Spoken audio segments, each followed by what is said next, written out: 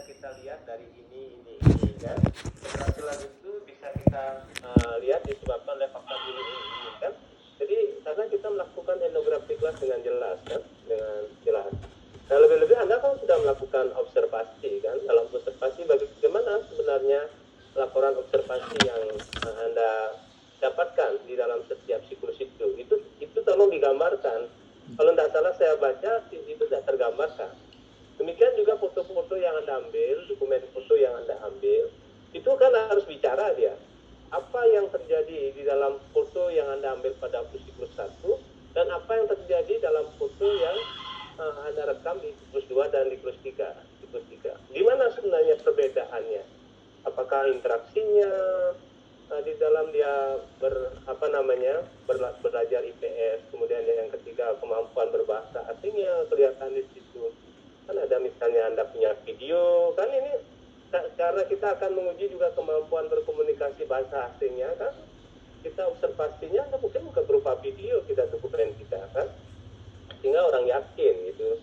Tidak hanya melampirkan kemampuannya sudah meningkat gitu.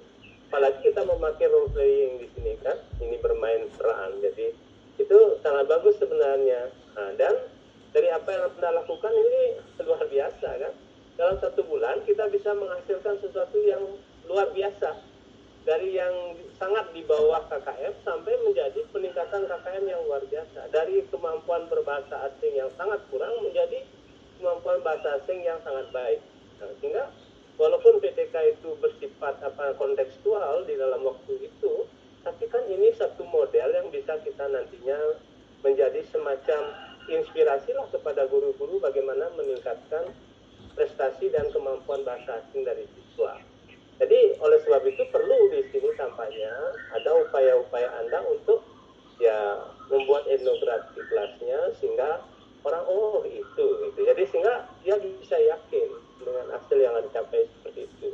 Tampaknya itu yang dulu saya berikan catatan dan itulah yang sebenarnya nantinya akan terjadi kalau Anda mengingat apa yang saya berikan catatan pada waktu kita bertemu di saat kita melakukan pembahasan proposal penelitian kalau tidak salah. Jadi seperti itu.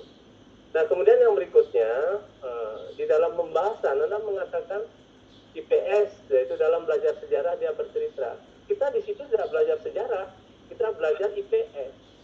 Jadi kita belajar IPS walaupun mungkin kontennya pada waktu itu adalah fenomena sejarah tentang kedatangan bangsa asing, tetapi tetap kita belajar IPS.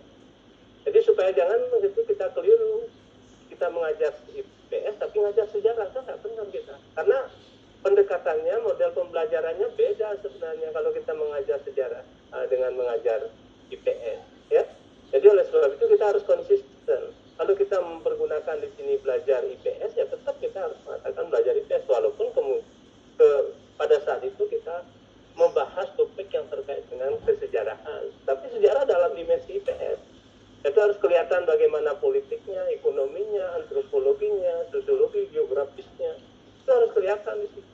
Ya, jadi mungkin itu yang perlu yang sampaikan Pak Putu terkait dengan apa yang disampaikan. Dari segi logika sudah bagus sekali.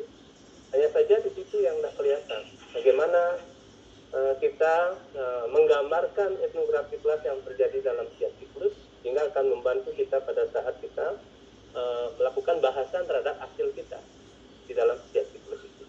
Mungkin Pak Putu, mohon maaf seandainya ada hal yang kurang